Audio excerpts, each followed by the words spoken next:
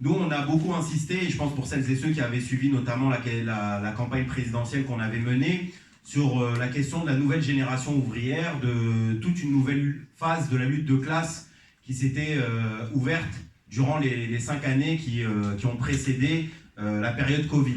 On partait notamment d'un point qu'on pourrait qualifier un peu d'année zéro, qui était autour de la loi El Khomri, des grèves de la loi El Khomri, et on disait comment dans les 5 années qui ont suivi les mobilisations de la loi El Khomri, on a vu tour à tour plusieurs secteurs et les différents secteurs de notre classe se mobiliser, que ce soit la jeunesse autour de Parcoursup ou encore la réforme du bac, que ce soit le mouvement des Gilets jaunes, cette France des déclassés comme on les appelait, c'est cette France périurbaine qui est sortie notamment à l'époque autour de la question du carburant. Il y avait la réforme ferroviaire en 2018, pour ceux qui se souviennent notamment de cette fameuse stratégie à l'époque qu'on appelait de grève perlée, avec 2 jours de grève, 3 jours de travail, etc. Et puis ensuite, on est arrivé sur des grèves importantes durant la réforme des retraites, avec plusieurs secteurs, notamment avec une colonne vertébrale, si je peux dire de cette manière-là, qui était constituée de la RATP et de la SNCF. Et puis, dans ces moments et ces mouvements sociaux importants, on a eu des mobilisations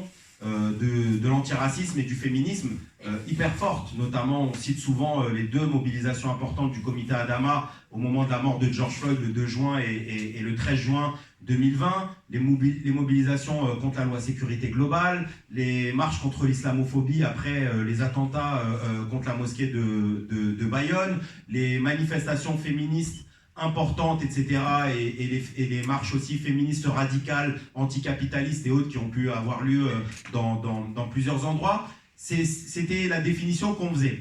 Et on disait notamment avec le démarrage de la campagne que oui, de fait, la crise du Covid, la crise sanitaire, a mis un temps d'arrêt, n'a pas refermé cette phase de lutte de classe. Elle a mis un temps d'arrêt à ces 5 années de lutte de classe, non pas uniquement en France, mais à l'échelle internationale. Parce que là, vous voyez toute la litanie, entre guillemets, que j'ai fait, ne serait-ce qu'en France. Mais les camarades, il y a eu le Hirak algérien, il y a eu les mobilisations au Soudan, à Hong Kong, en Équateur, au Chili, au Myanmar, etc., etc. Enfin, il y a un certain nombre de pays qui se sont mobilisés. On peut saluer, depuis les quelques semaines qui nous précèdent de cette réunion, les révoltes importantes en Iran après la mort, l'assassinat de Mahsa Amini. Je veux dire par là, cette phase de lutte de classe, on a dit oui, de fait, la crise sanitaire a mis un temps d'arrêt parce que c'était plutôt le temps au repli. Il y a eu des confinements de fait, il y a eu des couvre-feux, il y a eu un certain nombre de choses. Les gens aussi, et notamment les classes populaires, étaient plus préoccupés par leur santé, la sécurité de leurs proches, etc. Et on a considéré que passé cette crise sanitaire, et notamment avec le démarrage de la guerre en Ukraine, que tous ces phénomènes qui se voyaient, qui étaient visibles, notamment à l'échelle à l'échelle internationale autour de la crise du système, allaient continuer à se révéler. Et aujourd'hui, tout ce qu'on est en train de vivre, notamment autour de la question de l'inflation, les camarades, c'est quelque chose de systémique qui est en train de se passer. À la différence de ce que pouvaient dire des Bruno Le Maire ou encore Emmanuel Macron, de dire que ce qui est en train de se passer, l'inflation, c'est juste parce qu'on sort un peu de la crise sanitaire et que vous comprenez, il faut que la machine elle se remette en route, etc., etc. Aujourd'hui, on voit de plus en plus, en fait, comment ce n'est pas ça du tout, mais qu'il y a une crise systémique, en fait, économique, et aussi une crise géopolitique importante. Et que tous les phénomènes de lutte de classe qu'on a pu connaître auparavant n'ont pas été clôturés, en fait. Le gouvernement d'Emmanuel Macron, ici en France, il a répondu à rien, en fait, à aucune des mobilisations, il n'a apporté aucune solution, il a cherché par moments d'essayer de coopter, d'essayer de voir comment détourner certaines mobilisations, mais en réalité, on voit qu'aujourd'hui, tout ce qui faisait la faiblesse de ce qu'a été le macronisme, c'est-à-dire d'une politique néolibérale, offensive, d'essayer d'attaquer les acquis sociaux et autres, comme il l'a fait, et qui a fait sortir tour à tour les différents secteurs de notre camp social. Aujourd'hui, ces tactiques-là, il les a remis en place tout en essayant de faire certaines choses. Notamment, il y a eu quelque chose qui a été central pour Emmanuel Macron dans cette rentrée, c'est ce que je pense que vous avez entendu, s'appelait le Conseil national de la refondation. c'est-à-dire de comment en fait on essaye de mettre autour de la table partis politiques de différents bords, partenaires sociaux, syndicats, patronats, etc., pour essayer de voir comment on peut, à l'image du Conseil national de la résistance, comment on peut essayer de coopter les masses pour essayer d'éviter justement ces mobilisations importantes et essayer de les cadenasser. La réalité, c'est que ces politiques-là d'Emmanuel Macron sont un échec total.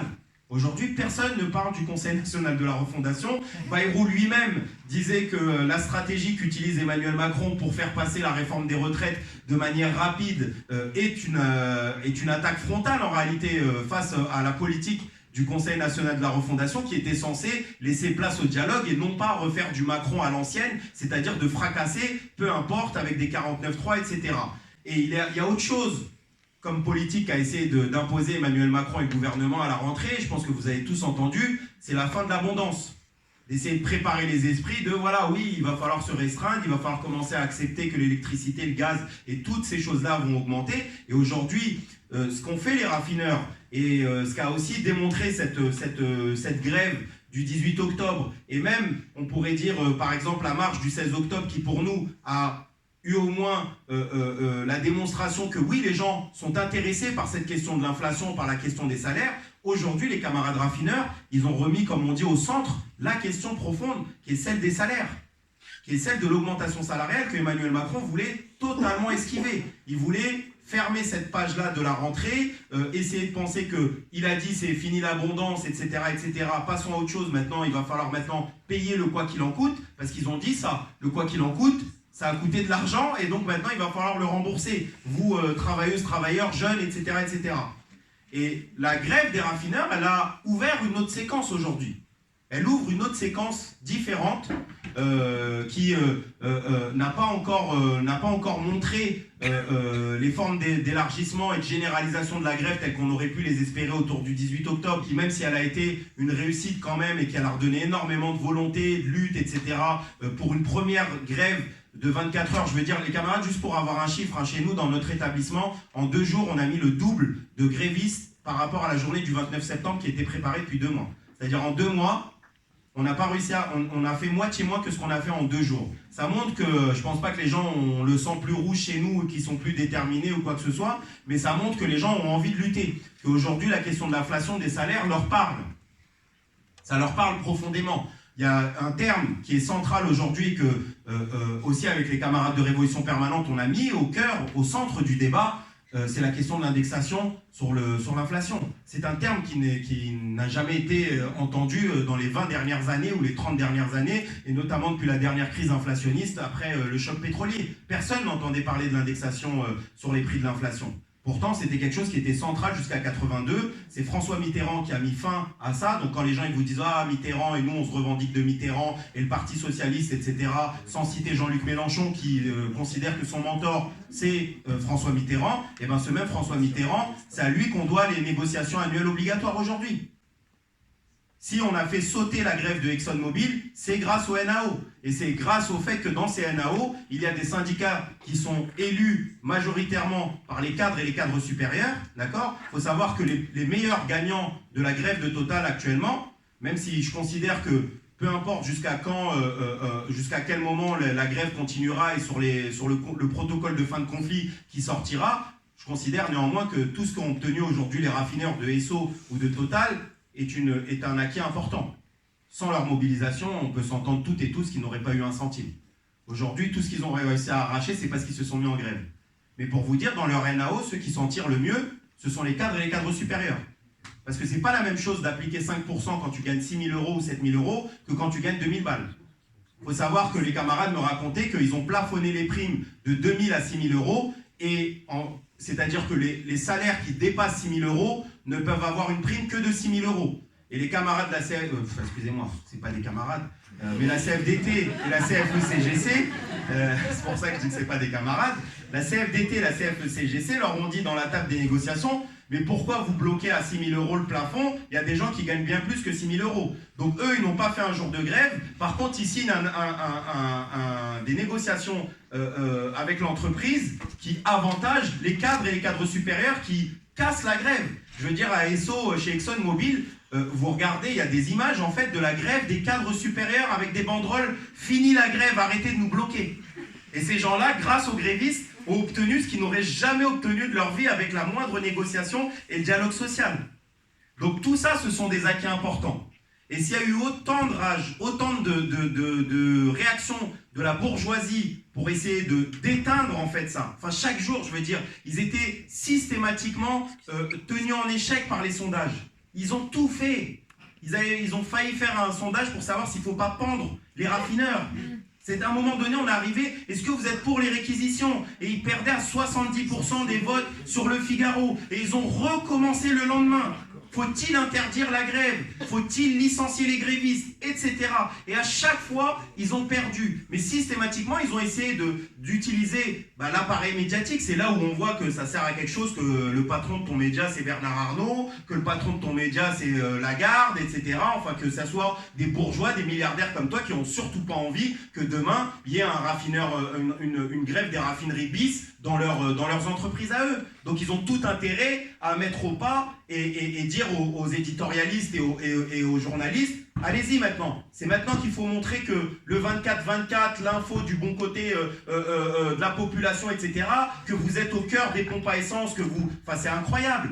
Ils faisaient des directs pendant 4 heures avec des gens qui disaient pas on est contre les raffineurs. Ils disaient il faut qu'ils répondent à leurs revendications. Mais ils restaient quand même jusqu'à 4 heures du matin, tous les soirs, pour savoir est-ce que tu es bien emmerdé. Et les gens disent ouais, j'attendais 1h30, mais bon, au moins, voilà quoi, j'espère que qu'ils vont réussir à obtenir quand même leurs revendications. Pour vous dire en fait, il y a un sondage qui est sorti récemment, 45% de la population considère que le travail ne sert qu'à être payé. Voilà. Les gens, ils s'en foutent du métier qu'ils font. L'essentiel, c'est ce qui est en bas à droite de la fiche de paye. Voilà. Leurs histoires de valeur du travail bourgeoise, etc., de croire que les gens, ils viennent, ce sont des bénévoles, et ils acceptent de travailler pour n'importe quoi. L'essentiel, c'est qu'ils sont bien, ce sont nos collaborateurs, et on travaille main dans la main, et qu'on fait des team building ensemble, etc., et on galvanise tout le monde ensemble. Tout ça... le sondage leur montre que non. En fait, les gens, ils n'en ont rien à taper de tout ça. Ce qui les intéresse, c'est le salaire à la fin du mois et ce qu'ils touchent. Et donc, cette question-là, elle est centrale, les camarades. Et la question de l'indexation sur l'inflation, d'accord, c'est une question qui est centrale et qui est mise au cœur.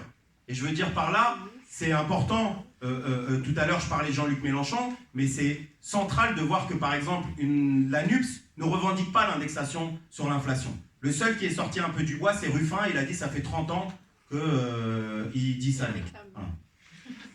Ça fait 30 ans, il est avec les Gilets jaunes, et 30 ans, il est pour l'indexation sur les prix de l'inflation. Mais vous voyez comment la situation change rapidement aujourd'hui. Et que nous, on doit discuter de ça. Quelle stratégie? Comment, en fait, on arrive à lutter dans la période? Et que la question de l'organisation politique, la question du parti sur laquelle on veut dialoguer aussi avec vous aujourd'hui, elle est centrale. Parce qu'on ne veut pas avoir une discussion de syndicalistes, de la caisse de grève, le comité de grève, l'assemblée générale, etc. Mais de savoir, vous, et notamment parmi vous, il y a énormément de camarades étudiants, jeunes, etc., qui ne sont pas préoccupés uniquement par la question de l'économie, des salaires et autres, mais également par l'ensemble des formes d'oppression qui existent. Mais je veux dire par là, que fait le mouvement féministe aujourd'hui? Non, on le dit, on le dénonce. Que le mouvement féministe, c'est pas le 25 novembre et le 8 mars. Parce qu'il y a des femmes travailleuses qui sont les plus exploitées. 82% des emplois précaires sont occupés par des femmes. 82% des familles monoparentales sont des femmes avec des enfants. 84% des emplois à temps partiel sont occupés par des femmes. Donc il y a énormément de femmes qui travaillent à des bas salaires aujourd'hui. Et ce qu'elle achetait avec 100 € il y a 8 mois, 9 mois ou autre, on peut s'entendre que l'inflation fait que les 100 € avec lesquels tu as acheté quelque chose il y a 8 ou 9 mois, tu ne peux plus acheter la même quantité. Et vous le voyez, je pense, pour celles et ceux qui font leurs courses. C'est ça l'inflation, les camarades. C'est le vol de nos salaires. Ni plus ni moins. L'inflation, c'est le patron qui décide, non pas de répercuter le coût d'achat des matières sur ses profits à lui, mais de le répercuter sur la vente et sur les prix. Votre salaire n'a pas changé. Votre fiche de paye n'a pas changé. Et les patrons savent dire ça aussi. C'est faux. On n'a pas diminué les salaires, c'est interdit par la loi, on n'a pas le droit de diminuer le salaire. Oui, ok. Mais mon ami, je touchais 1200 balles avant, j'arrivais à me payer, je payais 500 € de loyer, j'avais 2-3 pleins, j'arrivais à faire 200-300 € de courses, je payais le sport ou ceci ou cela, mon abonnement, j'arrivais à faire ça. Aujourd'hui, j'ai toujours 1200 €, tu as raison, mon salaire n'a pas diminué. D'après ce que tu dis sur la fiche de paie, c'est 1200. Mais avec les 1200, mon loyer, maintenant, le chauffage, il a pris 50 € ou 100 € de plus, l'électricité a pris 50 ou 100 € de plus. C'est ça, là, les camarades, l'inflation. C'est-à-dire que votre salaire n'a pas bougé, mais en fait, vous n'arrivez plus à consommer, si je peux dire de cette manière-là, en tout cas, vivre de la même manière. Et l'indexation sur l'inflation, c'est le fait de faire payer de force au patronat le coût, en fait, de la vie. Parce que lui, il espère que nous, on va payer ses profits. C'est ça ce qu'ils espèrent. Et l'indexation sur l'inflation, ça existe pas plus loin que la Belgique. Ça existe. Ça existe. Donc on doit aller arracher ça. Quelqu'un qui ne se bat pas pour ça aujourd'hui, c'est quelqu'un qui accepte en fait que le patronat continue à répercuter ses profits sur nous. Pas les super profits. Les profits, tout court. Du premier euro jusqu'à 30 milliards. Il n'y a pas de super profit. Nous, on ne tolère pas qu'il y a un moment de... On accepte que tu as des profits. Tu as des profits sur quoi, Pouyanné? De quel profit tu mérites? Tu fais quoi? Montre-nous maintenant que la grève des raffineurs, elle existe depuis 5 semaines. On ne l'a pas vu soulever un baril de pétrole. On ne l'a pas vu raffiner la moindre chose. Conduire le moindre citerne, être à la pompe et tenir une caisse. Il est incapable de rien du tout. Et il pleurniche et fait des tweets en disant « Arrêtez de dire que je me suis augmenté, j'ai gagné que 4 millions d'euros l'année dernière. » Et des gens, ils arrivent à faire des lois pour dire « Non, c'est les super profits. » Non, nous, on est pour lui enlever la totalité de ses profits. Du premier jusqu'au dernier centime. Parce qu'il faut...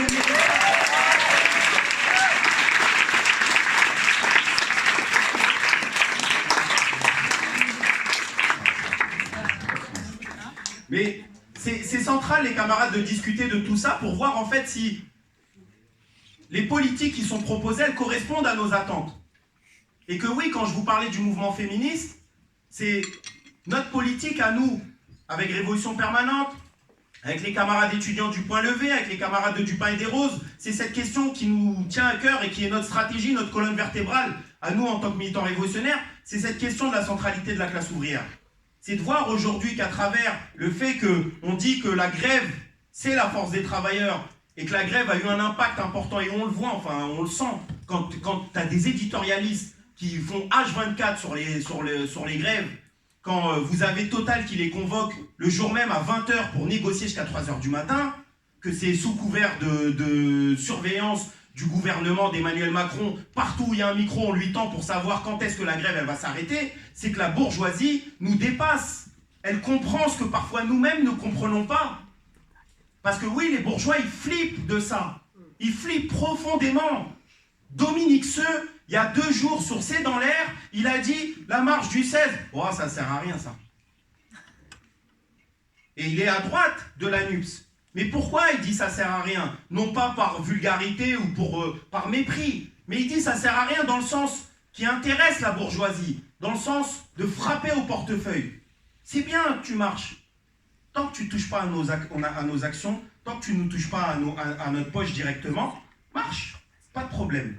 Parce que ce qui nous inquiète, c'est quand des secteurs importants du monde du travail commencent à se mettre en ordre de bataille. Ça, c'est inquiétant. Parce que ça parle aux patrons. Parce que les patrons, entre eux, ils discutent, ils sont coordonnés, ils sont organisés. Ne vous inquiétez pas qu'ils sont tous en train de surveiller ce que fait Pouyanné. Et ils espèrent tous que Pouyanné gagne contre les raffineurs. Parce qu'ils savent que si les raffineurs sortent avec l'ensemble de leurs revendications, derrière, ça va être la merde dans les autres secteurs. Et c'est ça ce qui est intéressant, les camarades, quand on parle de changement de la situation, c'est qu'aujourd'hui, la grève des raffineurs, elle a certes ouvert la grève du 18, mais elle a ouvert d'autres secteurs qui sont en train de lutter. Il y a les centrales nucléaires, il faut savoir que je crois qu'il y a 7 centrales nucléaires qui sont en grève actuellement. Il y a des entreprises qui commencent à démarrer en grève reconductible chez Keolis dans les transports et dans plein d'autres entreprises en fait. Aujourd'hui, la revendication centrale, c'est la question des salaires. Et quand tu es au prix à une multitude de grèves sur les salaires, tu ne peux pas venir demain matin et dire « Ah ouais, au fait, on ne va pas vous augmenter, mais on va vous faire travailler jusqu'à 65 ans. » Et ils sont en panique de pouvoir voir comment et à quel moment ils vont attaquer les retraites. Parce que les amis, et je n'ai pas envie de noircir le tableau, mais le tableau il va être sacrément noirci dans les prochains jours. Le 15 novembre, c'est terminé les primes de 30 centimes du gouvernement à la pompe et les 20 centimes de Total. D'accord ? Il faut savoir que l'OPEP, c'est les pays producteurs de pétrole, l'Arabie Saoudite notamment, ils ont fait chuter le nombre de barils de pétrole à 2 millions pour augmenter le prix. C'est-à-dire que le prix que vous voyez là aujourd'hui, c'est des cacahuètes à côté du prix qui sera demain affiché. D'accord ? Il y a des économistes qui disent, normal, des contrats sans vodka à la main, que peut-être ça peut atteindre 3,50 €. Vous imaginez, vous, une seule seconde, quelqu'un mettre 3,50 € du litre de gasoil quand tu dois mettre le plein 50-60 litres? Faites 60 fois 3,50 quand tu dois mettre le plein une fois toutes les semaines. C'est énorme, les camarades. L'électricité va prendre 15%. L'électricité va prendre 15%, les produits alimentaires vont augmenter, etc. On est dans un risque de récession en France. Donc tout le discours rassuriste, entre guillemets, du gouvernement, c'est faux. Et donc oui, les gens vont sortir. De gré ou de force, ils vont sortir dans les prochaines périodes.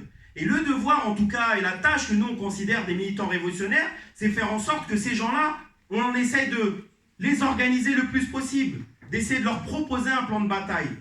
Parce qu'aujourd'hui, oui, on considère que le mouvement féministe, il a toute sa place aux côtés des raffineurs, que le mouvement antiraciste, il a toute sa place aux côtés des raffineurs. On considère qu'on peut batailler ensemble. On ne peut pas de manière séparée. Pas là aujourd'hui, c'est les musulmans qui sont attaqués. Venez les musulmans, venez les associations, les collectifs antiracistes, c'est notre tour. Ah là, c'est une femme, c'est un féminicide. Ah bah venez les féministes, maintenant c'est notre tour, c'est au tour des féminicides. Nous, on considère qu'une politique hégémonique, c'est une politique qui se soucie de l'ensemble des exploités de notre camp social et de l'ensemble des formes d'oppression.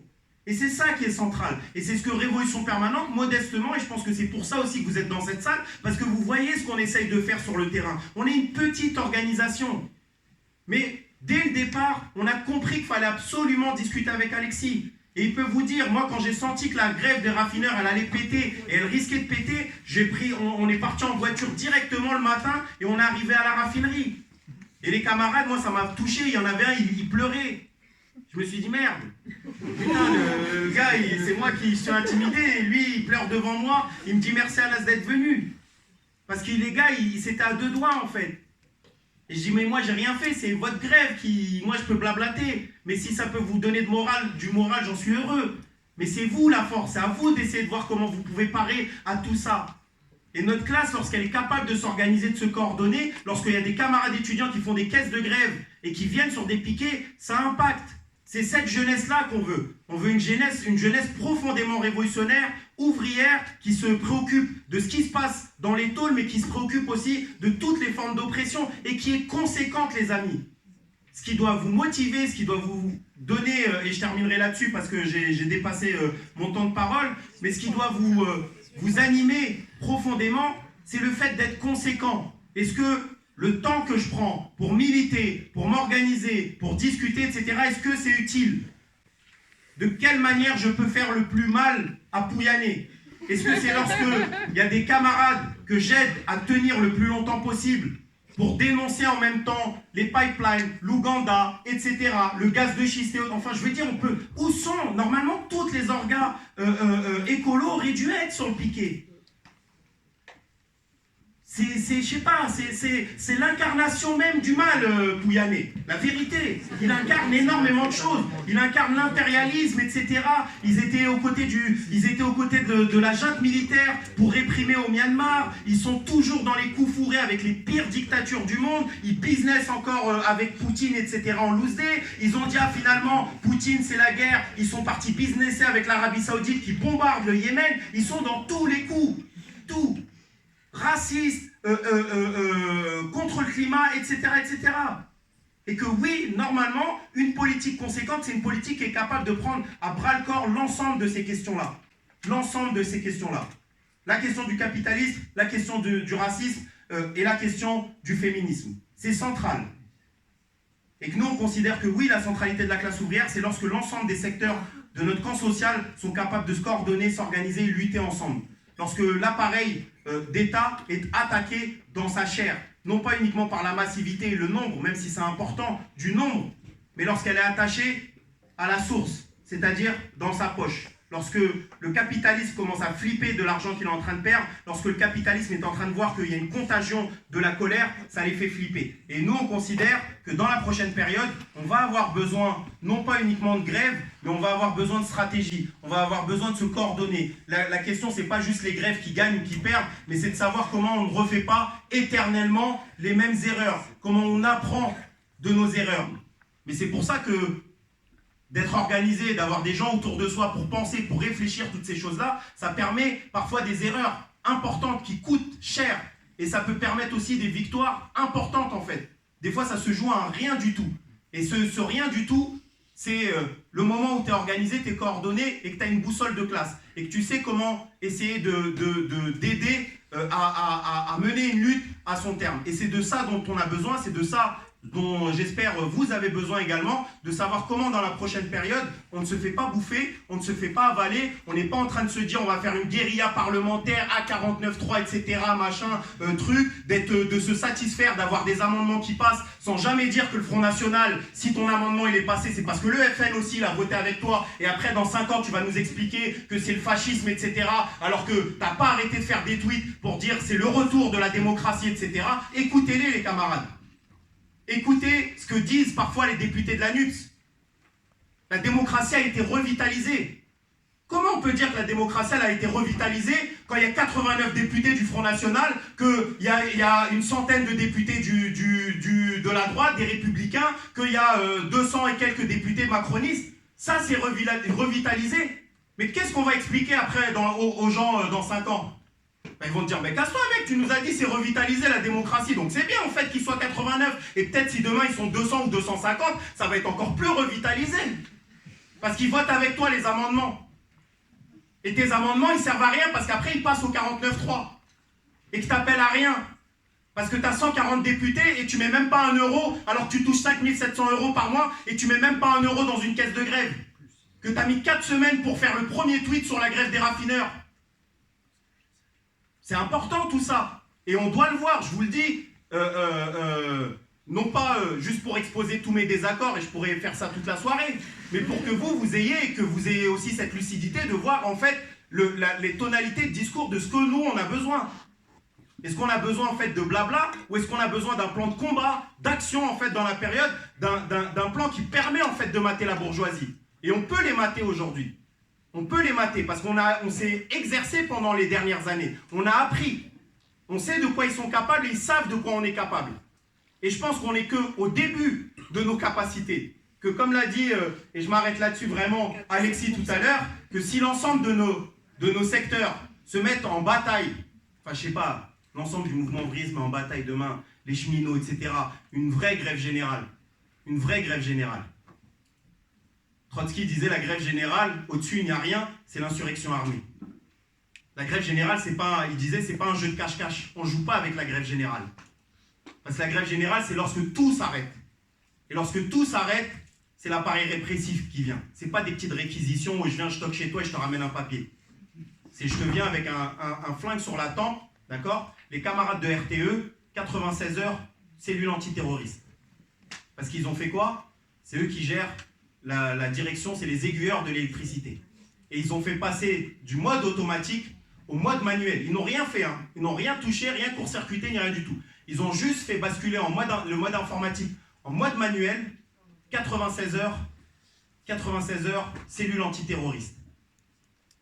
Et il y a un camarade, vous l'avez vu, il n'a pas fait partie des cadres qui ont été convoqués, mais un camarade de la RTE qui s'est suicidé et qui, lui, a été aussi convoqué, par contre, en garde à vue devant. On est venu le chercher devant ses enfants.